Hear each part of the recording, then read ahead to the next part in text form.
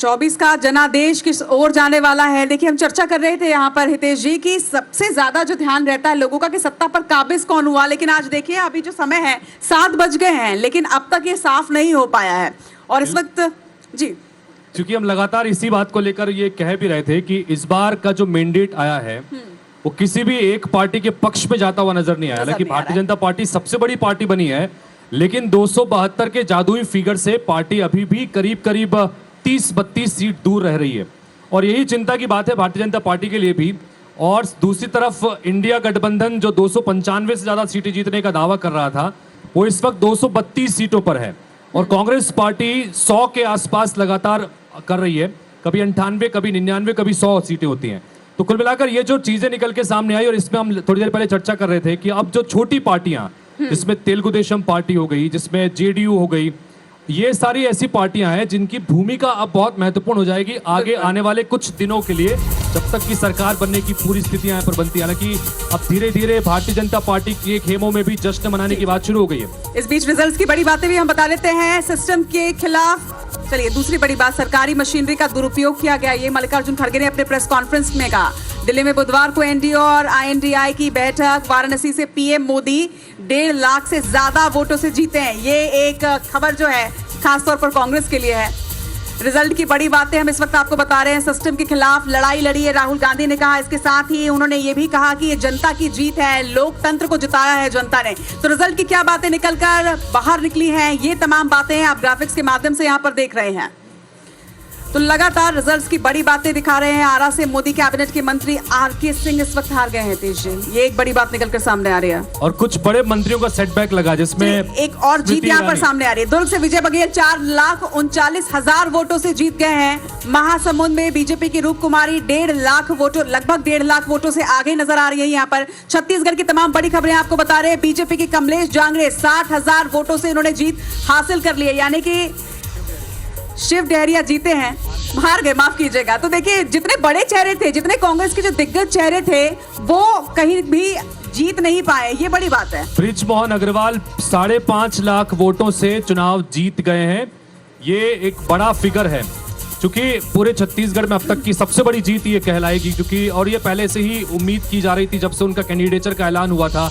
विकास उपाध्याय उनके सामने चुनाव यहाँ पर लड़ रहे थे। ये अब तक की सबसे बड़ी जीत। अच्छा, उनका मार्जिन भी ऐसे ही रहता है, काफी बड़े मार्जिन से वो जीतते हैं। 8 बार के विधायक रहे, हर बार वो जीतते ही हैं। और ऐसे में विकास उपाध्याय जब उनके सामने उतरे थे, तभी भी एक आस लगाए जा रहे थे कि क्या होगा इनका भविष्य, क्योंकि ऑलरेडी वो विधानसभा चुनाव हार चुके थे और उसके बाद लोकसभा में एक ऐसे प्रत्याशी के सामने कम्पीट करना जो कभी हारे ही नहीं है। उसके बाद जो दूसरी बड़ी जीत हैगी, जिसको हम वोटों के लिहाज से देखें तो वो विजय बघेल की है।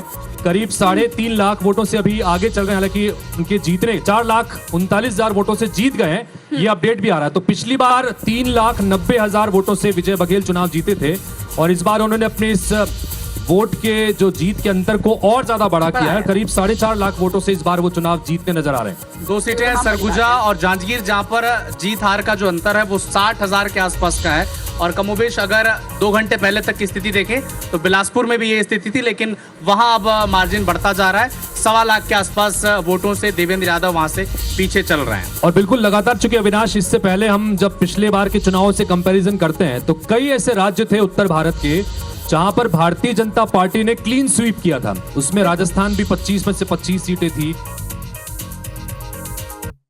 लोकसभा सीट से फिर से ऐतिहासिक परिणाम आए हैं और एक बार फिर से 6वीं बार भाजपा ने ऐतिहासिक जीत दर्ज की है। और इस जीत के बाद देखिए किस तरह से जश्न का माहौल है। इस पूरे चुनाव को मॉनिटरिंग करने वाले प्रदेश के वित्त मंत्री ओपी चौधरी खुद यहाँ पे मौजूद हैं और प्रत्याशी के साथ ये रोड शो का सिलसिला यहाँ पे चालू हुआ है। सर, आपसे जानना चाहूंगा, बड़ी जीत मिली है? निश्चित रूप से रायगढ़ क्षेत्र के, रायगढ़ विधानसभा, रायगढ़ लोकसभा, पूरे क्षेत्र की जनता जनार्दन का बड़ा आशीर्वाद भैया राधेश्याम राठिया जी को मिला है। नरेंद्र मोदी जी के लिए बड़ा आशीर्वाद क्षेत्र की जनता ने दिया है। रायगढ़ विधानसभा क्षेत्र में 69,000 से ज्यादा वोटों की लीड रायगढ़ विधानसभा क्षेत्र के जनता जनार्दन ने दिया है। सभी लोगों को, पूरे लोकसभा क्षेत्र के मतदाताओं का बहुत बहुत हम धन्यवाद ज्ञापित करते हैं। उनके आशीर्वाद के लिए चरण छू करके उनका हम प्रणाम करते हैं। सबसे बड़ी बात, एक बड़े इसको तोड़ा है आपने, जो रिकॉर्ड था 2,16,000 का।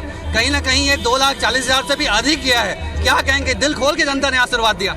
ये इतिहास रायगढ़ विधानसभा क्षेत्र में भी इतिहास बना है। 69,000 से अधिक वोटों का मार्जिन, और रायगढ़ लोकसभा क्षेत्र में भी इतिहास बना है। लगभग 2.5 लाख वोटों का मार्जिन, दोनों जगह इतिहास बना है। जनता जनार्दन को नतमस्तक होकर हम प्रणाम करते हैं। भाजपा के तमाम बड़े नेता हैं, उनके चेहरों पे वो खुशी नजर आ रही है।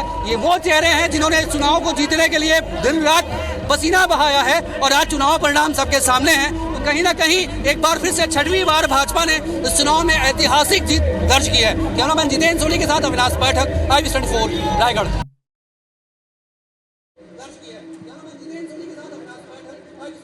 तो ओपी चौधरी को इस वक्त आप सुन रहे थे, कैबिनेट मंत्री हैं, और इस पर अविनाश इस सीट पर ओपी चौधरी की प्रतिष्ठा भी दांव पर थी, क्योंकि इसी क्षेत्र से विधानसभा क्षेत्र में उनका विधानसभा क्षेत्र है, और मुख्यमंत्री विष्णुदेव साय भी इसी सीट से 4 बार लगातार सांसद रह चुके हैं, रिकॉर्ड उनके नाम पर है। लेकिन इस बार वोटों के अंतर से देखें तो ये बड़ी जीत अब तक की, रायगढ़ में बड़ी जीत यहाँ पर राठिया ने दर्ज की है।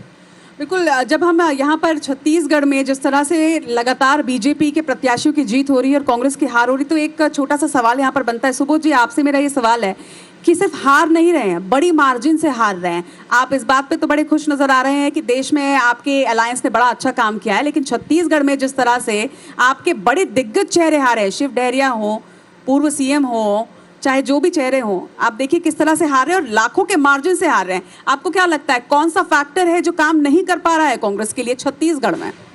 मुझे लगता है जनता का जनादेश है, इस पे कोई फैक्टर नहीं होता है। जैसे जीत का कोई स्वरूप नहीं होता, वैसे हार का भी कोई स्वरूप नहीं होता। हार हार होती है और उसे स्वीकार करना सबसे बड़ी समझदारी होती है। तो मैं इसे स्वीकार करता हूं, और मुझे लगता है कि फिर मैं कहना चाहूंगा रचना जी, ये जो चुनाव है वो देश के कंटेक्स्ट में था। मैं छत्तीसगढ़ की 10 सीटों पर या 11 सीटों पर फंसकर बात नहीं करना चाहता। मुझे लगता है कि हमें 543 पर बात करनी चाहिए, और 543 में कौन कितना परफॉर्म किया उस पर बात करनी चाहिए, और किसने क्या वायदे किए थे और कहाँ वो पहुंच पाए उस पर बात करनी चाहिए। मैं आपके एजेंडे पर नहीं जाना चाहता कि आप, मुझे लग रहा है आपकी बातों से मुझे ऐसा लग रहा है कि अब राज्य की राजनीति से उठ के अब केंद्र की राजनीति में जाने वाले हैं। नहीं, वो कोई इशू ही नहीं है। आज चुनाव केंद्र का है।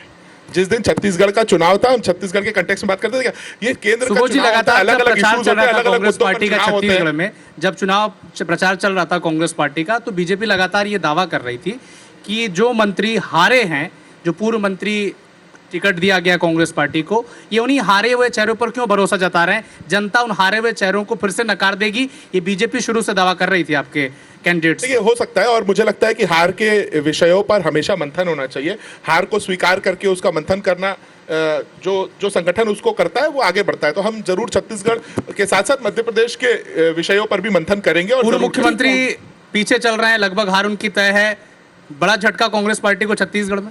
अविनाश, में एक बार मध्य प्रदेश के गेस्ट को इंट्रोड्यूस नहीं है। लोकतंत्र में हार जीत लगा रहता है। अच्छे लोग चुनाव हार गए थे छत्तीसगढ़। यहाँ तो ये है कि जो 400 पार की बात कर रहे थे, आज देश में किस तरह से भूपेश मूर्छित हो बघेल गए जी के राजा। नेतृत्व में 5 साल कांग्रेस ने यहाँ राज किया, और किस प्रकार से भूपेश के छत्तीसगढ़ की नेतृत्व में नहीं, जनता कांग्रेस पार्टी जो की यहाँ सरकार परेशान थी। थी, कांग्रेस उसके पार्टी की सरकार कारण थी, कांग्रेस आज पार्टी ये ने अच्छा स्थिति काम हुई किया था। और उनको फिर से लोकसभा में 15 साल आप उतारना, लोगों की यहाँ ये सरकार कांग्रेस थी, को 15 अपना सीट में आईना सिमट गए आप लोग। दिखा रही है। विपिन जी, भले आप ऐसा जवाब दे रहे हैं, लेकिन पूरे 5 साल भूपेश है तो भरोसा है, इस लाइन के इर्द गिर्द ही आपकी पूरी सरकार चली, और फिर अचानक हारने के बाद 20 सीटों की चिंता करो आप बस, और कुछ मत करो। देखिए, हमने- आप सिर्फ 20 हमने सीटों की जीतने चिंता के करो लिए कि mandate कब वो पाया है, 293 जो है वो 273 हो गया। कांग्रेस मध्य प्रदेश में हमारे गेस्ट भी जुड़ गए हैं। डॉक्टर अनिल सूरी कांग्रेस से हमारे साथ मध्य प्रदेश से जुड़े, वही सुरेंद्र शर्मा बीजेपी से हमारे साथ मध्य प्रदेश भोपाल स्टूडियो से जुड़े हुए हैं। एक बार फिर से इंट्रोड्यूस कर दीजिएगा हम। डॉक्टर अनिल सूरी और सुरेंद्र शर्मा जी, आप दोनों का बहुत बहुत स्वागत है। तो अमीनुल सूरी जी, आपसे जानना चाहेंगे कि किस तरह से आप देखें, चूंकि यहाँ पर दावे लगातार आपकी तरफ से भी थे कि 10 से 15 सीट तो हम यहाँ पर जीत रहे हैं। हालांकि भारतीय जनता पार्टी लगातार शुरू से ही, जब से अपने प्रचार अभियान का आगाज उन्होंने किया, वो ये कहते थे कि 2014 में हम 27 जीते, 2000 पिछली बार जो चुनाव हुआ 2019 में, तब हम यहाँ पर 28 जीते, 1 सीट की कसर रह गई थी। इस बार उसको भी पूरा कर देंगे और 29 की 29 जीतेंगे, और परिणाम वही लक्षित हो रहे हैं। 29 के 29 सीटों पर कांग्रेस पार्टी के उम्मीदवार बुरी तरह से हारते नजर आ रहे हैं, जिसमें बड़े बड़े दिग्गज चेहरे भी हैं। कहां कमी रह गई? देश में तो बेहतर प्रदर्शन, लेकिन छत्तीसगढ़ और मध्य प्रदेश में कसक रह गई है।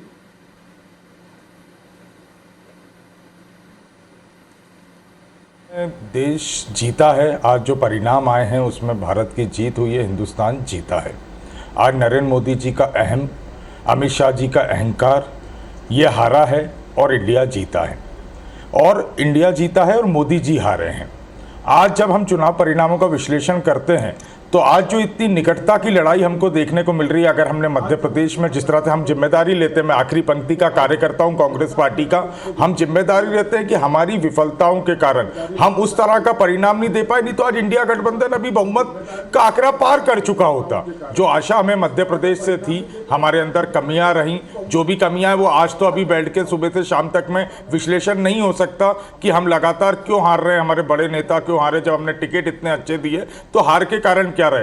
पर मैं इस चीज से बहुत ज्यादा विचलित हूं कि आज इंडिया गठबंधन की सरकार देश में बनने जा रही है और अभी पूर्ण बहुमत होता अगर मध्य प्रदेश में हम कार्यकर्ताओं में, चाहे पहली पंक्ति में बैठे हुए हमारे प्रदेश अध्यक्ष हों या आखिरी पंक्ति का बैठा हुआ मैं कार्यकर्ता हूं, ये हम लोगों की विफलता है कि जो 272 295 का आंकड़ा आदरणीय राहुल जी ने 295 का आंकड़ा इंडिया गठबंधन का दिया था और उससे जो हम थोड़े से पीछे दिख रहे हैं उसमें मध्य प्रदेश का योगदान है, हम लोगों के कारण ये कमी क्योंकि जो प्रतिक्रियाएं पूरे देश से आ रही हैं, लगातार ये कहा जा रहा है कि भारत जोड़ो यात्रा, न्याय यात्रा का लाभ हुआ, राहुल गांधी ने लीड किया इस पूरे चुनाव कैंपेन को, तो वहां पर जीत का सहरा तो बांधा जा रहा है। क्या मध्य प्रदेश में जीतू पटवारी पर को जिम्मेदारी लेनी चाहिए? क्योंकि बीजेपी तो लगातार ये दावा कर रही थी कि 20,000 कार्यकर्ता इस पूरे चुनाव के प्रोसेस में आपसे दूर हो गए, नेता, पूर्व सांसद, पूर्व विधायक, पूर्व महापौर, लंबी सूची है। और ये भी कह रही थी बीजेपी की जीतू पटवारी बीजेपी के बहादुर शाह जफर साबित होंगे चुनाव आते आते।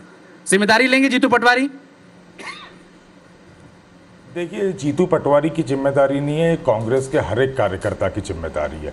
जीतू पटवारी जी हमारा नेतृत्व कर रहे हैं पर यह हम सबकी जिम्मेदारी है और यह हम सबकी हार है, जिसमें जीतू पटवारी जी भी शामिल है, मैं भी शामिल हूं, कांग्रेस का एक एक कार्यकर्ता शामिल है। मैं बोल रहा हूं ना, प्रथम पंक्ति से प्रदेश अध्यक्ष से लेकर आखिरी पंक्ति तक मेरे जैसे छोटे से कार्यकर्ता, ये हम सबके लिए जिम्मेदारी है। क्योंकि आज इतना सुनहरा मौका हमको प्राप्त हुआ था, अगर मध्य प्रदेश से सीटें आती, मध्य प्रदेश जो अपना जिस तरह का परफॉर्मेंस करना था कांग्रेस को अगर करती तो आज ये चर्चा ही नहीं होती। आज 272 हम पार हो चुके होते, 295 300 के करीब इंडिया गठबंधन होता और शपथ विधि की तैयारी हो रही होती। सरकार अभी भी बनेगी पर मध्य प्रदेश की कमी उसमें जरूर खलेगी। शपथ विधि की तैयारी हो रही होती, सरकार अभी भी बनेगी पर मध्य प्रदेश की कमी उसमें जरूर खलेगी। चलिए सुरेंद्र शर्मा जी, आपसे भी जानना चाहेंगे, 29 मिशन आप लेकर चले थे, भारतीय जनता पार्टी के नेता काफी खुश भी नजर आ रहे हैं। हमने देखा कि प्रेस कॉन्फ्रेंस हुई और वहां पर एक दूसरे को बधाई भी जमकर दी गई। क्या ऐसे महत्वपूर्ण फैक्टर रहे जो मध्य प्रदेश में तो काम कर गए लेकिन कई ऐसे राज्य हैं जहां पर वो फैक्टर काम नहीं कर पाया? क्या ऐसी वजह रही कि बाकी प्रदेशों में प्रदर्शन उस तरह का नहीं रहा और कई जगह तो बहुत निराशाजनक प्रदर्शन रहा भारतीय जनता पार्टी के लिए?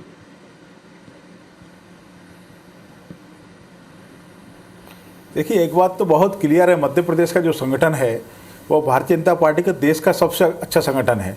ये वो प्रदेश है जहाँ कुशवाहा ठाकरे ने संगठन को गढ़ा है, ये वो प्रदेश है जहाँ राजमाता सिंधिया ने संगठन को गढ़ा है। सुंदरलाल पटवा जी, प्यारेलाल खंडेलवाल जी, कैलाश जोशी जी, ऐसे बड़े नेताओं की श्रृंखला जिन्होंने कार्यकर्ता को तैयार, उसका नीचे का तंत्र हमारा मजबूत है। जो हमने लक्ष्य लिया था कि हर बूथ पर हमारा इतना परसेंटेज वोट बढ़ाना है, ऐसी रचना करना है, निश्चित तौर पर संगठन तंत्र यहाँ सफल हुआ है। और वही छत्तीसगढ़ में, क्योंकि मध्य प्रदेश छत्तीसगढ़ पुराने समय में एक ही था, वो एक आधार रहा। बाकी पूरे अगर देश में देखा जाए तो अनेक प्रदेशों में जहाँ परिणाम और अच्छे आने थे, कुछ स्थानीय फैक्टर बने हैं। देश ने तो मोदी जी का नेतृत्व स्वीकार किया है, हम सरकार बनाने जा रहे हैं और कांग्रेस के मित्र बहुत ज़्यादा खुश ना हो। निश्चित तौर पर ये बात सच है कि कांग्रेस को एक बड़ी जिम्मेवारी मिली है। आपको परिवार नेता प्रतिपक्ष इस 15 सालों में के लिए मिल रहा है। पिछले 10 साल से देश में नेता प्रतिपक्ष आप नहीं दे पाए थे, तो निश्चित तौर पर विपक्ष में बैठने की जिम्मेवारी आपको मिली है, सत्ता चलाने की जिम्मेवारी हमको मिली है। और एक बात और है चुनाव महत्वपूर्ण कि पहली बार कोई जवाहरलाल नेहरू जी के रिकॉर्ड की बराबरी कर रहा है। 3 बार लगातार प्रधानमंत्री इस देश में अगर कोई रहे तो वो जवाहरलाल नेहरू जी थे, और अब अगर कोई प्रधानमंत्री रहेंगे तो वो नरेंद्र मोदी जी हैं। तो निश्चित तौर पर वो एक देश में बड़ा परिवर्तन आया है। पर जो कमी हमसे रही है, उत्तर प्रदेश जैसा बड़े प्रदेश में जो सीटें हमने सोची थी वो नहीं आ पाई, हमको पश्चिम बंगाल में जो एक उम्मीद थी वो हम नहीं ला पाए, हम आंध्र प्रदेश में, तेलंगाना में कुछ और अच्छा नहीं कर पाए, संक्षेप में रखिएगा, बहुत कमजोर रहा। तो जहाँ हमारी कमियां हुई हैं हम उनसे जबर लेंगे। लेकिन अनिल जी, जो नेतृत्व करता है उसकी जिम्मेवारी होती है। जीतू भाई के नेतृत्व में कांग्रेस ने पहली बार 1977 में भी छिंदवाड़ा भाजपा ने जीती थी या कांग्रेस नहीं आ रही थी, आज वो कांग्रेस छिंदवाड़ा भी हार गए हैं, तो निश्चित तौर पर जीतू जी की जिम्मेवारी है, उसको स्वीकारना चाहिए, इस्तीफा नेतृत्व को देना चाहिए। ले या नहीं लो नेतृत्व का काम है, पर इस्तीफा देने की जहमत जीतू भाई मैं कुछ कहना चाहता हूं। आप नेतृत्व संक्षेप में कार्यकर्ताओं में नेतृत्व करता नहीं हूँ। सुरेश जी थोड़ा संक्षेप में, बहुत संक्षेप में मैं सीधे मुद्दे पे बात करता हूं। सुरेश जी बताइए, जल्दी बोलिएगा। मैं बहुत मुद्दे पे बात कर रहा हूं। सुरेंद्र शर्मा जी ने भारतीय जनता पार्टी की बात की। मध्य प्रदेश में कांग्रेस 1 सीट गंवाई है। पूरे देश में जेपी नड्डा, नरेंद्र मोदी जी और अमित शाह के नेतृत्व में भारतीय जनता पार्टी 60 से ज्यादा सीटें कम हुई है। तो जो आरोप सुरेंद्र शर्मा जी जीतू पटवारी जी पे लगा रहे, क्या वो नड्डा जी, अमित शाह जी और नरेंद्र मोदी जी पे भी काबिल होता है? उनकी भी विफलता दिखती है। हम तो 1 सीट से घट के मध्य प्रदेश में शून्य हुए हैं। आप पूरे देश के अंदर 60 सीटों से कम हो गए। 303 से 240 के भी लाले भारतीय जनता पार्टी को पड़े। तो क्या ये बात जो आप बड़ी बड़ी कह रहे हैं, ये नड्डा जी, अमित शाह जी और नरेंद्र मोदी जी पे लागू नहीं होती? ये नरेंद्र मोदी जी की नैतिक हार नहीं है, उनको इस्तीफा नहीं देना चाहिए। ठीक है अविनाश बड़ा अच्छा एक फिगर लेके आए थे। ठीक है सूरी जी, ठीक है सूरी जी, अविनाश बहुत अच्छा फिगर अभी लेके आए। आऊंगा मैं आपके पास। बहुत दिलचस्प है चुनाव, क्योंकि जहां पर भारतीय जनता पार्टी और कांग्रेस पार्टी से सवाल पूछा जा रहा है कि आप तो 29 सीटें जीत गए हैं, तो वो कह रहे हैं कि वहां इतने कम हो गए हैं। कांग्रेस पार्टी से पूछा जा रहा है छत्तीसगढ़ में आप 10 सीटें कैसे हार गए, तो वो कह रहे हैं। जांजगीर चांपा लोकसभा में एक बार फिर भाजपा के जीत होए हवे और जीत के परचम लहराए हवे भाजपा प्रत्याशी कमलेश जांगले हम ओकर से बात करबो। ये बार जो है लगातार हम देखन तो पूरा लोकसभा में 5वीं बार जीत हासिल होए हवे भाजपा ला। ये बार आप जो जीत हासिल करे हो, कौन लाभ से और कैसे ढंग से पूरा जो रणनीति से कर वजह से आप जीत मिली? सब छत्तीसगढ़ के हमारे सब वरिष्ठ जन सब देश के यशस्वी प्रधानमंत्री मोदी जी खुद आ रही ने प्रचार करेला, इतना व्यस्त होते हुए भी। और हमारे जिला के दोनों चारों जिला के जिला अध्यक्ष और मोर प्रदेश के छत्तीसगढ़ के हमारे मुख्य 8 विधानसभा में दौड़ा हुई से और साथ साथ सब मंत्रिमंडल के हुई से पूरा संगठन संघ परिवार के सब संगठन के आशीर्वाद भरपूर मिले से। ये तो रही हवे भाजपा ले जीत हासिल करे हवे कमलेश जांगड़े हर, जिगर कहना है कि वो सबला मिल करके काम कर ही और कहीं न कहीं विकास एक प्राथमिकता रहे। राजकुमार साहू, IBC 24 जांजगीर।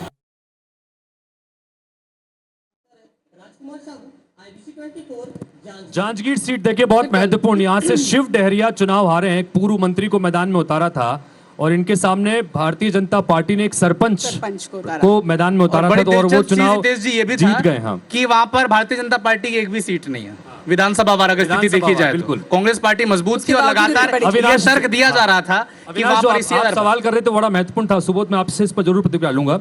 वो फिगर ये था कि प्रधानमंत्री ने दक्षिण भारत में 42 दौरे किए और 33 रैलियां की, ये सोचकर कि जो संभावित नुकसान उत्तर भारत की सीटों में हो सकता है उसकी भरपाई दक्षिण भारतीय राज्यों से हो जाएगी। 2019 में 29 सीटें यहां पर सभी राज्यों में भारतीय जनता पार्टी के पास में थी। आज जो स्थिति बन रही है 29 सीटें ही भारतीय जनता पार्टी को मिल रही है। तो कुल मिलाकर ये समीकरण यहां पर बिगड़ा है। देखिए समीकरण कुछ नहीं बिगड़ा है, हमारे पास 29 तो है ना, 29 बचा तो लिए ना। ये सोच के हम मेहनत ना करें कि इससे ज्यादा करने की मेहनत हम कर रहे थे, 29 तो हमारे पास है ही। आपने दूसरा अन्ना मलाई पर इतना भरोसा किया कि आपने AIADMK से गठबंधन तक तोड़ दिया और हालात वहां पर ये 39 में से 39 सीटें इंडिया गठबंधन के पास हैं। आप जो 30-32 सीटें पीछे रह गए हैं बहुमत से, अगर वहां पर साथ में अगर लड़े होते तो हो सकता है 10-12 सीटें आपको मिल गई होती। देखिए राजनीति में नफा नुकसान हार जीत चलते रहता है। भारतीय जनता पार्टी कभी हार जीत के लिए चुनाव नहीं लड़ती, देश को बनाने के लिए चुनाव लड़ती है। दूसरी एक चीज मैं कहूंगा, आज लोकतंत्र और संविधान की दुहाई लोग दे रहे हैं। राहुल गांधी जी और खड़गे जी आज प्रेस कॉन्फ्रेंस ले रहे हैं और वो कह रहे हैं कि हम एनडीए के दलों से हम बात करेंगे। तो आप लोकतंत्र की हत्या करने नहीं जा रहे हैं? अरे प्रेस कॉन्फ्रेंस में कहे हैं, वो दोबारा रिपीट करके दिखवा दो। अभी खड़गे जी ने कहा है, खुद राहुल गांधी जी ने कहा है कि मैं उस मीटिंग में बात करूंगा, उनसे बात करूंगा। अरे कहा है उनसे, मैं चैलेंज कर रहा हूं, चुनौती दे रहा हूं, कहा है उन्होंने। लोकतंत्र की हत्या अगर किसी ने की है तो कांग्रेस ने की है। इस देश में अगर लोकतंत्र की हत्या की है तो कांग्रेस के लोगों ने की है, कांग्रेस ने की है। चाहे इंदिरा गांधी ने की हुई तो उसका पता कर रहा हूं। ऐसा परिणाम आता है तो पर आप प्रेस कॉन्फ्रेंस को पूरा सुनते अगर अरे तो आपको पूरा पता सुना चलता हुआ है है कि उन्होंने अपने गठबंधन मैं की बात साबित कही, कर दूंगा। एनडीए की बात नहीं कही। मैं अभी और- अगर दोबारा और दिखाएंगे तो जिस मैं प्रेस साबित कर कॉन्फ्रेंस दूंगा। में राहुल गांधी ने संस्कार अभी का इतना- साबित कर दूंगा इतना मैं। अच्छा परिचय दिया कि अभी साबित सरकार कर दूंगा बनाने के विषय पर ही कुछ नहीं किस बोला। आप प्रकार कैसे से कर सकते हो लोकतंत्र एनडीए की पर? हत्या अच्छा करने देवलाल के जी, लिए आऊंगा आपके खड़े पास। दिए। देवलाल जी, करा देते आप हैं। आऊंगा आपके पास। सुबोध जी, फिर से प्ले करा देते हैं। जेडीयू और अगर हुआ ठीक है, अगर हुआ तो सुबोध अभी आप जी, चला जाना यहाँ से, नहीं सुबोध हुआ तो जी, मैं चला जाऊंगा। सुन सुबोध जी, लीजिए हमारे सवाल सुन लीजिए। पत्रकार महोदय बैठे ठीक है। हैं लास्ट में। ठीक है, एनडीए देवलाल का ठाकुर, नेता उनसे पूछना चाहता हूँ देवलाल उन्होंने ठाकुर इस जी, आऊंगा मुद्दे को आपके पास। रेस किया था मेरे, क्योंकि मुझे उस समय बोलने नहीं किसी दिया ने गया, क्वेश्चन वो रेस किया, रेस राहुल नहीं गांधी ने पाया। उसका जवाब नहीं देवलाल जी, लोकतंत्र देवलाल जी, की आऊंगा, हत्या आऊंगा। करने ठीक है, की देवलाल बात जी, इस अरे सवाल के देवलाल साथ जी। आएंगे आपके पास, ठीक है। और वही काम अगर हमारे अरे अमित बस शाह जी भैया, बोल कुछ दिए, नहीं होता, उससे तो 20 आप सीट बढ़ थोड़ी लोकतंत्र जाएगी की आपके हत्या चुनाव को सुबोध जी। कराते हैं। संविधान की कुछ दुहाई नहीं होगा। देते हैं। छत्तीसगढ़ में नहीं हुआ लोकतंत्र आपके की बोलने हत्या, से कुछ नहीं संविधान होगा की दुहाई उसका। यहाँ तो 10 के 10 जीत गए, 29 के 29 होना जीत भैया। गए। देखना आप थोड़े दिन में। अरे ये तो मोदी जी का अरे झटका है जो आपको देवलाल जोर जी, से धीरे से देवलाल जी, लगा है। ये जोड़ तोड़ की परसों में सियासत तो पता किसी से चलेगा। छिपी नहीं है। अब ये लोकतंत्र की दुहाई दोनों तरफ से होती है। कहां कहां तो किस राज्यों में किस हितेश तरह जी, के खेल हुए सबने जोड़ देखे तोड़- हैं। और जोड़ कोई तोड़ की पीछे नहीं स्कूल है। के जो प्रिंसिपल हैं वो स्टूडेंट्स से बहस कर रहे हैं। आप लोग तो प्रिंसिपल हो उस स्कूल के, महाराष्ट्र, इसीलिए मध्य कह रहे प्रदेश, हैं मणिपुर, गोवा, कि ये जो सारे राज्यों में आपने चाटुकारिता क्या गांधी किया, सबको परिवार पता के है। गुलामी उसके बाद कम मानसिकता कम से ऐसी बातें ग्रसित यहाँ है नहीं करनी। कांग्रेस के लोग, सुबोध वो जी, चीज ठीक को है। समझिए। देवलाल जी, कांग्रेस पार्टी के प्रदर्शन पर थोड़ा सा छत्तीसगढ़ में क्विक रिएक्शन सुबोध जी मैं आपसे चाहूंगा, क्योंकि सबको कांग्रेस पार्टी की तरफ से ये लग रहा था कि जिस तरह से 2023 में आप हारे हैं, अनएक्सपेक्टेड था कांग्रेस पार्टी के लिए, झटका था, सभी स्वीकार कर रहे थे। ये लग रहा था कांग्रेस पार्टी को कि जो नेता, जो पूर्व मंत्री हारे हैं, अगर उनकी सीटों पर उन्हें उतार दिया जाए तो हो सकता है कि वहां से जीत दर्ज कर ली जाए। कांकेर में आपने पुराने प्रत्याशी को रिपीट किया, 4-5 हजार का गैप था, लेकिन वो गैप अब बढ़ गया है। जांजगीर में शायद विधानसभा वार आंकड़े आपने देखे होंगे और शिव डैरी आपके लिए एक मुफीद प्रत्याशी थे, उन्हें आपने उतारा। भूपेश बघेल ने अपनी सीट बदली क्योंकि दुर्ग उनका पारंपरिक सीट था, वो राजनांदगांव है। क्या कैलकुलेशन मिस्टेक हो गया? क्योंकि आप मैं उम्मीद करूंगा कि वो जवाब ना दोहराएं कि नेशनल पर्सपेक्टिव हमको देखना चाहिए। जमीन पे आपने क्योंकि उतरा है, प्रचार किया है, हर जगह पर आपको दर्शकों ने देखा है, इसलिए ये सवाल मैं आपसे पूछ रहा हूँ। देखिए, ये तो बहुत स्पष्ट है कि हम हार गए, तो मुझे लगता है कि अब उस पर कोई गोलमोल जवाब देना तो बेकार है। तो सीधा बताओ ना, भरोसा टूट गया, कैसे कहें? तो देखो, मैं कम से कम मान तो रहा हूँ। भरोसा टूट गया, बोल रहा हूँ काका जी से, भरोसा टूट गया छत्तीसगढ़ का। हम इतना मानते हैं कि इसमें एक स्वस्थ मंथन की आवश्यकता है कि हमने क्या किया और हम क्यों हारे, और उसके हिसाब से आगे जो निर्णय है वो लिए जाएंगे। मुझे लगता है कि हमारा जो नेशनल पर्सपेक्टिव था वो पूरा हुआ है। हम नरेंद्र मोदी जी का जो बहुत बड़ा विजन था कि कांग्रेस मुक्त भारत होगा, वो शायद उनका नहीं हो पाया। हाँ, बीजेपी मुक्त दक्षिण भारत हो गया। जैसे मैं आज सुबह आया था तो एग्जिट पोल पर भी मैं कह रहा था कि एग्जिट पोल एक ऐसा बनाया गया था कि बताया गया बीजेपी 80 सीटें लगभग वहां जीत रही है साउथ में। मैंने फिर कहा था कभी नहीं जीत सकती वहां पर, और नहीं जीते। और मुझे लगता है कि इसी पर सबको काम करने की आवश्यकता है। हमें भी काम करने की आवश्यकता है कुछ राज्यों में, और बहुत सारे राज्यों में भारतीय जनता पार्टी को भी काम करने की आवश्यकता है। आप देखेंगे तो हमने कैंडिडेट रिपीट किया, 1200-1300 वोटों से पीछे रहे ठाकुर जी, हमारे दिनेश ठाकुर जी। तो होता है ऐसा, और वैसे ही हमने रिपीट किया ज्योत्सना मान जी को, वो 35,000 से ज्यादा वोटों से आगे हैं। तो मुझे लगता है कि एक ठीक है। रविंद्र जी, आपसे भी जानना चाहेंगे रविंद्र जी कि ये जो पूरा पर्सपेक्टिव है, क्योंकि हर राज्य की अपनी अलग कहानी निकल के सामने आ रही है। क्योंकि हम भारतीय जनता पार्टी के लिए कहते हैं कि उन्होंने यहाँ अच्छा प्रदर्शन किया, लेकिन कुछ ऐसे राज्य हैं जहां पर बीजेपी का प्रदर्शन ठीक नहीं रहा। कांग्रेस पार्टी के लिए भी कुछ राज्य ऐसे ही चुनौती बन गए। बिहार, जिसमें सबसे महत्वपूर्ण है कि तेजस्वी यादव के साथ में गठबंधन था और बहुत अच्छी तरीके से वहां पर कैंपेन पूरी तरह से चला, लेकिन परिणामों में परिलक्षित हो नहीं पाया। आप इसको किस तरह से इसका आकलन करेंगे, किस तरह से व्याख्या करेंगे? सबसे पहले मैं आपको एक उत्तर प्रदेश का उदाहरण देता हूं, जिसकी बार बार चर्चा होती है, और ये माना जाता है कि अगर आपने उत्तर प्रदेश में बहुत अच्छा परफॉर्मेंस किया तो आपके लिए दिल्ली के दरवाजे खुलते हैं। दिल्ली में भारतीय जनता पार्टी ने अपेक्षित अपना प्रदर्शन नहीं किया। इसके पीछे 2-3 कारण बिल्कुल समझने की चीज़ है। नंबर 1 कि योगी सरकार के खिलाफ कहीं न कहीं इनकम्बेंसी थी, एक। दूसरा, वहाँ पे प्रत्याशियों के चयन में जो गंभीरता बरती जानी चाहिए थी, हम लोग जीते ऐसे प्रबंध समिति के हमारे प्रदेश के संयोजक, पार्टी के बहुत ही वरिष्ठ और प्रदेश के उपाध्यक्ष आदरणीय श्री शिवरतन शर्मा जी, मास्टर प्रभारी पूर्व मंत्री और विधायक श्री अजय चंद्राकर जी, हमारे दोनों महामंत्री श्री संजय श्रीवास्तव जी, श्री रामू रोहरा जी और आज इस कार्यक्रम में उपस्थित हमारे सभी दिव्यतुल्य कार्यकर्ता भाई और बहनों और मीडिया के साथीगण, ये 4 जून 2024 का आज का ये दिन हमारे देश के लिए, हमारे छत्तीसगढ़ प्रदेश के लिए और भारतीय जनता पार्टी के लिए एक ऐतिहासिक दिन है। आज लोकसभा चुनाव 2024 की मतगणना चल रही है और करीब करीब संपन्न भी हो चुका है और लगातार तीसरी बार एनडीए को इस देश की जनता ने जनादेश दिया है, आशीर्वाद दिया है। भारतीय जनता पार्टी को आशीर्वाद दिया है, हमारे आदरणीय यशस्वी प्रधानमंत्री श्री नरेंद्र मोदी जी को आशीर्वाद दिया है। इसके लिए इस देश के समस्त मतदाताओं का अत्यंत आभारी है, उनको धन्यवाद ज्ञापित करते हैं। इस देश की जनता ने लगातार तीसरी बार एनडीए को जनादेश दिया है और इतनी सीट हम लोगों को मिल रही है, जिससे हमारे अध्यक्ष जी ने भी कहा, आदरणीय श्री प्रधान शर्मा जी ने भी कहा कि इंडी गठबंधन को जो सीट मिल रही है उससे 10 सीट ज्यादा अकेले भारतीय जनता पार्टी को मिल रही है और छत्तीसगढ़ में भी ऐतिहासिक सीट हम लोग जीतने में कामयाब हुए हैं। 11 में से 10 सीट भारतीय जनता पार्टी यहाँ पर जीत रही है। पिछले बार चुनाव में 11 में 9 सीट जीते थे, इस बार 1 सीट का इजाफा हुआ है।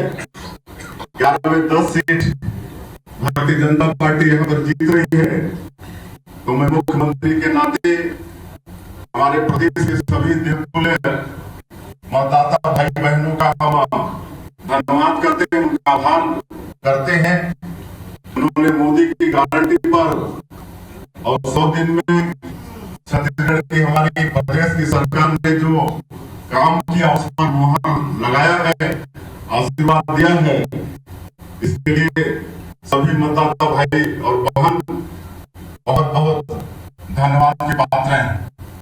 साथ ही साथ हमारे प्रदेश के लाखों कार्यकर्ता तपती गर्मी में भी अपना पसीना बहा के भारी परिश्रम किए भारतीय जनता पार्टी को जिताने के लिए। ऐसे लाखों लाखों प्रदेश के कार्यकर्ताओं का भी हम धन्यवाद करते हैं, उनका भी आभार करते हैं। साथ ही साथ हमारे देश के यशस्वी प्रधानमंत्री श्री नरेंद्र मोदी जी, उनका आशीर्वाद मिला। हमारे देश के गृह मंत्री आदरणीय अमित शाह जी का आशीर्वाद मिला।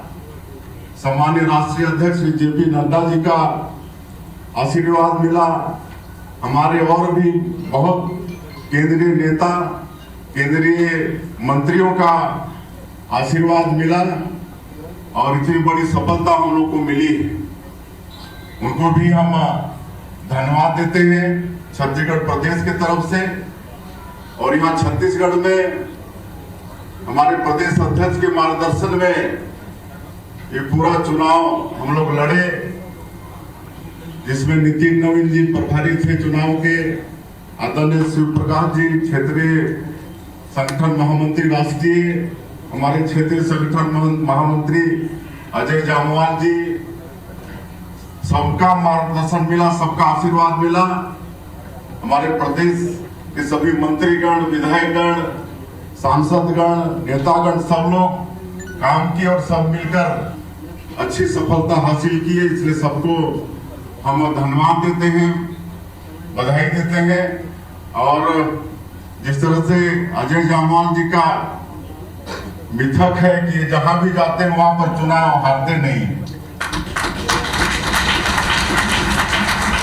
जब आप क्षेत्रीय संगठन महामंत्री के रूप में आए तो उस समय कुछ दिन के लिए मैं प्रदेश अध्यक्ष के दायित्व में था। उस समय ये जानकारी हम लोग को हुई कि जहां भी गए, जहां जहां भी संगठन का काम किए, वहां पर कभी चुनाव नहीं हारे। वो चाहे पंजाब हो, चंडीगढ़ हो, लद्दाख हो, नॉर्थ ईस्ट में 6-6 साल रह के जो वहां पर भारतीय जनता पार्टी की सरकार लगातार बन रही है, वो सब में भाई साहब का योगदान रहा है। और हम लोग इनके मार्गदर्शन में विधानसभा चुनाव में भी ऐतिहासिक विजय प्राप्त किए। 54 सीट लेकर भारतीय जनता पार्टी की सरकार बनाए और अभी लोकसभा के चुनाव में भी 11 में 10 सीट जीते हैं। तो उनका मीठा कभी फेल नहीं हुआ है और आगे भी नहीं होगा। तो चलिए आगे हम लोग को बहुत अच्छा काम करना है। छत्तीसगढ़ की 3 करोड़ जनता ने जो विश्वास भारतीय जनता पार्टी पर व्यक्त किया है, उनके विश्वास में खरा उतरना है। मोदी की गारंटी का बहुत काम हम लोग पूरा कर चुके हैं, आगे और भी करना है। और इसके लिए आप सभी कार्यकर्ताओं का भी मार्गदर्शन, साथ सहयोग जरूरी होगा। मैं फिर से एक बार इस ऐतिहासिक जीत के लिए कार्यकर्ताओं का धन्यवाद देना चाहूंगा। यहाँ के जो पूर्व विधायक भूपेश बघेल, वो भी अपना क्षेत्र छोड़कर राजनांदगांव से चुनाव लड़ने चले थे, अब उनको वहां से बैरंग वापस होना पड़ गया। ये हमारे कार्यकर्ताओं में ये ताकत है, भारतीय जनता पार्टी के कार्यकर्ताओं में ये ताकत है। मैं फिर से हमारे देवतुल्य कार्यकर्ता भाई बहनों का, देवतुल्य मतदाता भाई बहनों का, हमारे सभी शीर्ष नेताओं का, प्रदेश नेताओं का, सबका फिर से एक बार धन्यवाद करते हुए अपनी बात समाप्त करता हूँ। बहुत बहुत धन्यवाद।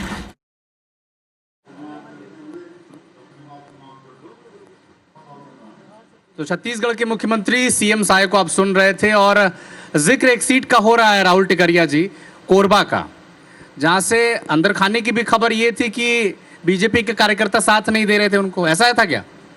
जी ऐसा कुछ भी नहीं है कि कार्यकर्ता साथ नहीं दे रहे थे। रिजल्ट जो भी है, जनादेश जैसा भी आया है, जनमत जो भी है, उसे स्वीकार करना होगा। इसमें किसी भी प्रकार से कार्यकर्ता को आरोप नहीं लगा सकते, क्योंकि कार्यकर्ताओं ने मिलकर साथ दिया है और कार्यकर्ताओं ने मिलकर साथ किया। ये सवाल इसलिए भी कि 2014 के नतीजों की याद आती है। सरोज पांडे तब दुर्ग में चुनाव लड़ रही थी, सरोज पांडे हार जाती हैं, और तब तो देश में मोदी लहर थी और आज फिर स्थिति वैसी नजर आ रही है। देखिए, सवाल पूछ रहे हैं, मोदी लहर तो छत्तीसगढ़ में आज भी है, मध्य प्रदेश में आज भी था, आपने देखा है रिजल्ट। ये किसी भी प्रकार से नहीं कह सकते कि मोदी जी के का जो लहर है वो किसी भी प्रकार से छत्तीसगढ़ और एमपी में कम हुआ है। मोदी जी की गारंटी के तहत हमने छत्तीसगढ़ में सरकार भी बनाई। सवाल उठे थे राहुल जी, जब टिकट बटा था तब भी सरोज पांडे के नाम पर सवाल उठे थे, क्योंकि जहां से वो महापौर रही, जहां से वो विधायक रही, जहां से वो सांसद रही, उनका टिकट वहां से न देकर कोरबा में उन्हें पैराशूट लैंडिंग करा देना। देखिए, ऐसा कोई विशेष सिर्फ भारतीय जनता पार्टी में हुआ ऐसा नहीं था। कांग्रेस ने तो हमसे ज्यादा पैराशूट लैंडिंग करवाया है। तो ये विषय बिल्कुल नहीं, बिल्कुल ऐसा कुछ भी नहीं है। जो नेता की जो क्षमता है, वो क्षमता का आकलन करके भेजा जाता है कहीं पे चुनाव लड़वाने के लिए। ऐसा आप नहीं कह सकते कि उनको जबरदस्ती वहां पे भेजा गया है। क्षमता का खेल होता है। क्या देवलाल ठाकुर जी, ऐसा तो नहीं हुआ कि जो कांग्रेस ने मुद्दा उठाया वहां पर स्थानीय बनाम बाहरी वाला, वहां पर भुना लिया कांग्रेस पार्टी ने? जी देखिए, उसमें ऐसा कुछ नहीं है। पिछले समय भी वो कांग्रेस के ही झोली में वो सीट थी और इस समय कांग्रेस वहां पर आगे भी है, तो इसको ऐसा नहीं कहा जा सकता। विधानसभा वार तो आप मजबूत स्थिति में क्या बात कर रहे हैं देवलाल जी आप? देखिए, विधानसभा के चुनाव के रणनीति अलग होते हैं, लोकसभा चुनाव के रणनीति और मुद्दे अलग होते हैं। इस पर हम सबको समझने की आवश्यकता है, लेकिन चिंतन इस बात की जरूर है कि हम वहां पर पीछे क्यों रह गए, इस बात की पार्टी चिंता कर रही है। शशि जी बताइए, आप बहुत देर से इंतजार कर रहे हैं। Sorry, my name is Amit ji, sorry. तो अमित जी बताइए कि क्या स्थितियां बन रही हैं, पूरे देश भर की स्थितियां भी लगातार हम बात कर रहे हैं, छत्तीसगढ़ की सीटों को लेकर भी बात कर रहे हैं कि चिंतन करने की जरूरत है, मंथन करने की जरूरत है कि कहाँ दिक्कतें हुई। 232 पर इस वक्त फिगर अटका हुआ है इंडिया गठबंधन का पूरे देश में, कहाँ देख रहे हैं? निश्चित तौर पे चिंतन भी होगा, मनन भी होगा, कार्यकर्ताओं के साथ बैठ के हम चर्चा भी करेंगे। लेकिन मैं आपको बता दूं कि 232 जो आया है वो अभी बढ़ेगा, हितेश जी। और एक अहम बात कि हम जो कहते थे कि राहुल गांधी जी ने जो यात्राएं निकाली हैं, जो नफ़रत की बाज़ार में मोहब्बत की दुकान हम खोलने निकले थे, मुझे लगता है हम बहुत हद तक सफल हुए हैं। क्योंकि वो कहते हैं ना कि जो तूफान से टकराए वो आंधी बनाऊंगा। एक मिनट रुकिए। नरेंद्र मोदी जी की पहली प्रतिक्रिया सामने आई है। उन्होंने एक एक्स पर पोस्ट किया है, सभी कार्यकर्ताओं ने जिस समर्पण भाव से अथक मेहनत की है ये उसका नतीजा है। वो कह रहे हैं कि देश की जनता जनार्दन ने एनडीए पर लगातार तीसरी बार अपना विश्वास जताया है, एक्स पर पोस्ट किया है। हालांकि अक्सर हम देखते हैं कि इस वक्त नरेंद्र मोदी पिछले 2 चुनावों से खुद सामने आते हैं और उसके बाद जनता से मुखातिब होते हैं, लेकिन इस बार उनकी एक्स पोस्ट सामने आई है और उन्होंने कहा है कि मैं इस स्नेह और आशीर्वाद के लिए अपने परिवारजनों को नमन करता हूं। ये उन्होंने बात कही है। बताइए सुबोध जी। मैं तो बस एक छोटी सी बात कहकर लेना चाहूंगा कि मुझे अभी बीरेश ठाकुर जी का फोन आया था और बहुत ही गंभीर बात है जो मैं IBC 24 के माध्यम से जिला निर्वाचन अधिकारी कांकेर और मुख्य निर्वाचन पदाधिकारी छत्तीसगढ़ को भी बताना चाहता हूं कि वहां लगभग 1200 वोटों का अंतर बीरेश ठाकुर जी और भोजराज नाग जी के बीच में है और 1800 से ज्यादा पोस्टल बैलेट को रद्द किया जा रहा है और ये खुद कैंडिडेट ने बताया है, मैं उनकी जबानी कह रहा हूं आपको। और 1800 से ज्यादा पोस्टल बैलेट को रद्द किया जा रहा है। दो मशीन्स खराब हैं, तो जब मशीन खराब होती है तो वीवीपैट की गिनती की जा सकती है, ये भी प्रावधान है, पर उसको भी जिला जो प्रशासन है उसके द्वारा रोका जा रहा है। तो मैं चाहता हूँ मुख्य निर्वाचन पदाधिकारी इसका IBC 24 जो इस प्रदेश का सबसे बड़ा चैनल है और जो सबसे ज्यादा देखा जाता है उसके माध्यम से शायद मेरी बात पहुंचे और इस पर संज्ञान लेना बहुत आवश्यक है। बहुत कम मार्जिन है तो इस पर संज्ञान लेना इसलिए भी आवश्यक। अयोध्या में श्री राम मंदिर की प्राण प्रतिष्ठा हुई थी, वैसे ही आज हमारी दिवाली मनाई जा रही है। हमारे मोदी जी प्रधानमंत्री बने। देखिए दूर तक आप देखेंगे तो लोगों का हुजूम यहाँ ऊपर पड़ा है और लोग चले आ रहे हैं और यही बस वजह है कि इंतजार था लोगों को कि कब यहाँ पर जश्न का माहौल शुरू होगा। और तस्वीरों में आप देख सकते हैं यहाँ पर बीजेपी कार्यालय के बाहर जबरदस्त आतिशबाजी की जा रही है और कुल मिलाकर ये है कि लोगों में जबरदस्त उत्साह है इस जीत को लेकर। कैमरामैन संजीव सिन्हा के साथ स्टार जैन, IBC 24 नई दिल्ली।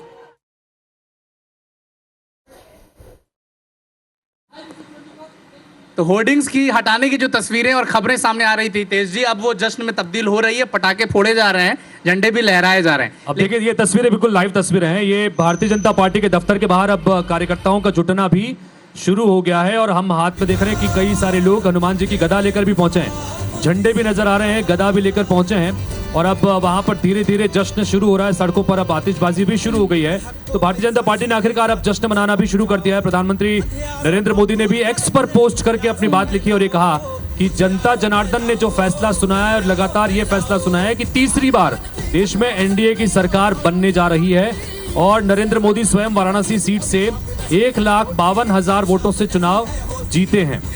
हितेश जी, लेकिन ये जो कंफर्मेशन है, ये जो जश्न है, ये जो झंडे हैं, ये जो गधे हैं जो नजर आ रहे हैं, क्या ये जो 2 तस्वीर आप देख पा रहे हैं, इधर नीतीश कुमार, इधर चंद्रबाबू नायडू, क्या मामला सब बातचीत ओके हो गई है? क्या उधर से अप्रूवल मिल चुका है? ये बड़ा इंटरेस्टिंग है क्योंकि इन दोनों सहयोगी दलों के सहयोग के बिना भारतीय जनता पार्टी तीसरी बार सरकार नहीं बना सकती। ये PM मोदी भी जानते हैं, ये गृहमंत्री अमित शाह भी जानते हैं और ये कांग्रेसी खेमा के नेता भी जानते हैं। इसलिए शायद प्रेस कॉन्फ्रेंस में थोड़ा इशारा कर दिया था। लेकिन लक्ष्मी जी, इन सब के बीच में ये सारी इफ्स एंड बट्स की चीजें होंगी और अगले 4-5 दिन बहुत महत्वपूर्ण रहने वाले हैं देश की सियासत में। रेड कार्पेट तैयार है निश्चित और मोदी जी का इंतजार है।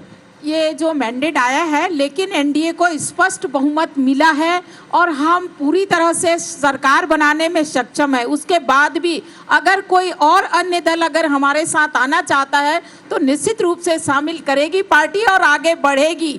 आज इस देश ने जो जनता ने हमें जनादेश दिया है उसके लिए बहुत बहुत धन्यवाद देती हूँ, मैं बधाई देती हूँ कि उन्होंने भारतीय जनता पार्टी को पहली बार भारतीय जनता पार्टी के इस खेमे के जितने नेता बैठे हैं, थोड़ी तसल्ली नजर आई इस तस्वीर के बाद लिए चुना है। नहीं, मैं आपको एक चीज स्पष्ट कर दूं। देखिए राहुल जी रिलैक्स फील कर रहे हैं थोड़ा? नहीं, मैं बिल्कुल रिलैक्स पहले भी था, रिलैक्स ही था और मैंने पहले भी कहा कि जनमत हमारे पक्ष में है। देखिए सबसे बड़ा विषय ये है कि मोदी जी को रोकने के लिए जितने भी एनडीए लाइंस बनाए वो सारे के सारे मिलकर भी भारतीय जनता पार्टी के सीट के बराबरी में नहीं पहुंचे हैं। भारतीय जनता पार्टी सबसे बड़ी पार्टी बनकर उभरी है और एनडीए को पूर्ण बहुमत है। मैं आपके प्रतिष्ठित चैनल के माध्यम से समस्त मतदाताओं और देशवासियों का धन्यवाद देना चाहूंगा। जी ठीक है वंदना जी, विपिन जी, बताइए। थोड़ी देर विपिन जी और आपका सवाल, वंदना फिर वंदना दोनों जी, बनेगा, हाँ, दोनों वंदना से ये सवाल है। क्या मध्य प्रदेश छत्तीसगढ़ में कांग्रेस पार्टी अगर थोड़ा सहयोग करती 2-4 सीटें जीत जाती, मध्य प्रदेश से 2-4 सीटें? जिस परिणाम की प्रतीक्षा थी वो परिणाम आ चुका है। सरगुजा से जो भाजपा के प्रत्याशी चिंतामणि महाराज हैं उन्होंने चुनाव जीत लिया है और ये कहा जा सकता है कि अब 5वीं बार जो है भाजपा के जो सांसद हैं वो संसद में अपनी दहाड़ जो है वो लगाएंगे। चिंतामणि महाराज जी हमारे साथ मौजूद हैं। सबसे पहले आपको बधाई। जी जी, IBC 24 के आपके सभी टीम को और सभी दर्शकों को मेरा सादर प्रणाम। महाराज, जिस तरह से जीत मिली है क्या कहना चाहेंगे, किससे श्रेय देना चाहेंगे, क्योंकि एक बड़ी जीत के रूप में देखा जा रहा है 5वीं बार भाजपा को जीत मिली यहाँ से। जीत का श्रेय के लिए हमारे देश के नेता आदरणीय मोदी जी का भी यहाँ पर आना हुआ था, JP नड्डा जी भी आए थे और हमारे प्रदेश के माननीय मुख्यमंत्री जी का भी बराबर यहाँ नज़र रहा, दौरा भी रहा और आदरणीय हमारे कृषि मंत्री जी बड़े भाई हैं, ये खूब अच्छा से खेती किए थे और जिसका फल आज पाए हैं। क्षेत्र की जनता के साथ साथ जो कार्यकर्ता हैं उन्हीं जीत का श्रेय चिंतामणि महाराज दे रहे हैं, लेकिन एक महती भूमिका निभाई थी रामविचार नितान जी ने। लगातार चुनावी कैंपेनिंग की है, खेती कितना लगा कि कितनी जो आपने मेहनत की तो उस हिसाब से फसल आई? देखिए, जो अपेक्षा रहता है उसके करीब जब नहीं आता है तो थोड़ी सी खुशी थोड़ी कम हो जाती है। अपेक्षा हम लोग की कुछ और थी, लेकिन जो भी जनता का आशीर्वाद मिला, मैं समझता हूँ जो प्राप्त है वही पर्याप्त है। तो ये भाजपा के तमाम बड़े नेता हैं जिनका ये कहना है कि जो प्रदर्शन रहा है भाजपा का, उसके जो विपक्ष में सारी जो शक्तियां थी वो एक हो गई थी, लेकिन ये जीत बड़ी है और सरगुजा में जिस तरह की उम्मीद भाजपा ने जीत को लगाकर रखी थी वो शायद नहीं मिल पाई। ऐसे में भाजपा के नेता और भी प्रयास करने की बात कह रहे हैं और अच्छे परिणाम आगे भी मिलते रहेंगे। कैमरामैन दीपक गुप्ता के साथ अभिषेक सोनी, IBC 24 सरगुजा।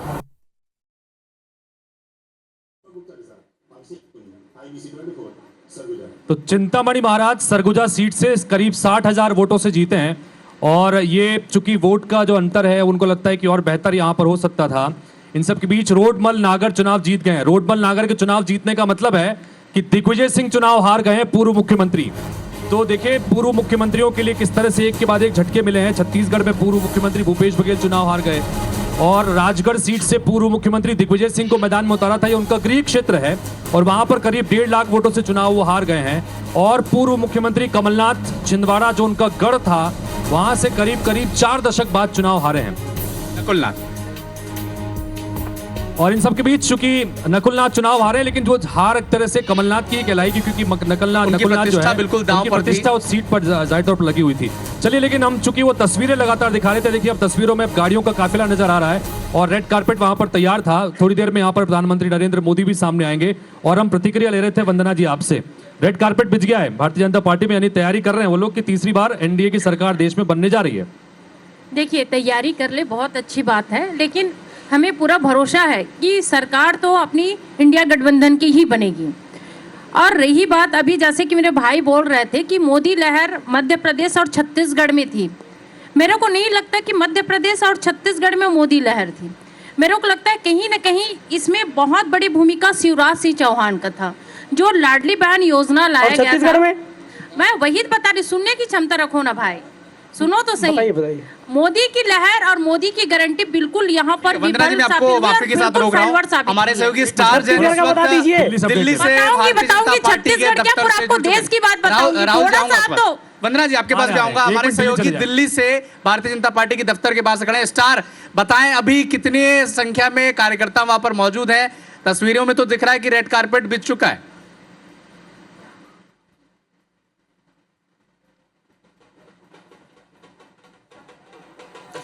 देखिए, जश्न की पूरी तैयारी हो चुकी है और कुछ देर पहले ही गृह मंत्री अमित शाह का कारकेट यहाँ से निकला है और आपको बता दूं, देखिए लोग आ रहे लगातार, यहाँ पे चालू हो रहा है और अंदर कम से कम इस वक्त 10,000 की संख्या में कार्यकर्ता मौजूद है और उतने ही लोग करीब करीब ये बाहर रोड पे मौजूद है। दीनदयाल उपाध्याय मार्ग है जो बीजेपी के कार्यालय यहाँ पर है और यहाँ पर जबरदस्त उत्साह यहाँ पर दिख रहा है, चाहे पार्टी कार्यालय यहाँ पर है या फिर जश्न का जो एक्सटेंशन है वहाँ पर। तो कुल मिलाकर ये है कि एक जबरदस्त उत्साह यहाँ पर दिख रहा है और चारों तरफ मोदीमय हो गया है। शुरुआत में जरूर थोड़ा सी कार्यकर्ता में उत्साह कम था, लेकिन जैसे जैसे ये बढ़ते गया उत्साह और दुगना होते गया और अब सेलिब्रेशन की तैयारी है। यहाँ पे देखिए एक बार कंफर्म करिएगा कि क्या प्रधानमंत्री नरेंद्र मोदी भी यहाँ पर आ रहे हैं या सिर्फ अमित शाह पहुंचेंगे, एक बार कंफर्म करिएगा। और कार्यकर्ताओं को, देश की जनता को संबोधित भी करेंगे।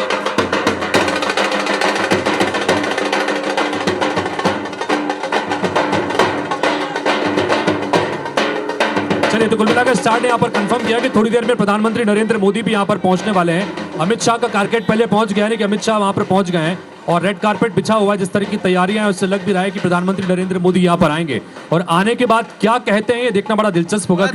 क्योंकि हर बार 2014 के बाद भी 2019 के बाद भी समय लगभग यही होता था, बीजेपी दफ्तर में पहुंच जाते थे। और ये पहला मौका होगा पिछले 3 चुनाव के दौरान कि जहां पर फुल मैंडेट नहीं मिला है अकेले भारतीय जनता पार्टी को। तो ऐसे में आकर नरेंद्र मोदी क्या कहते हैं अपने कार्यकर्ताओं से, देशवासियों को संबोधित करने के दौरान, ये सुनना और देखना बड़ा दिलचस्प होगा। विपिन जी, मैं आपके पास आ रहा हूं उसी सवाल के साथ, क्योंकि 2023 में आपकी सरकार गई, छत्तीसगढ़ में 9 मंत्री हार गए, उनमें से 3 मंत्रियों को आपने टिकट भी दे दिया, वो भी लगभग हार चुके हैं।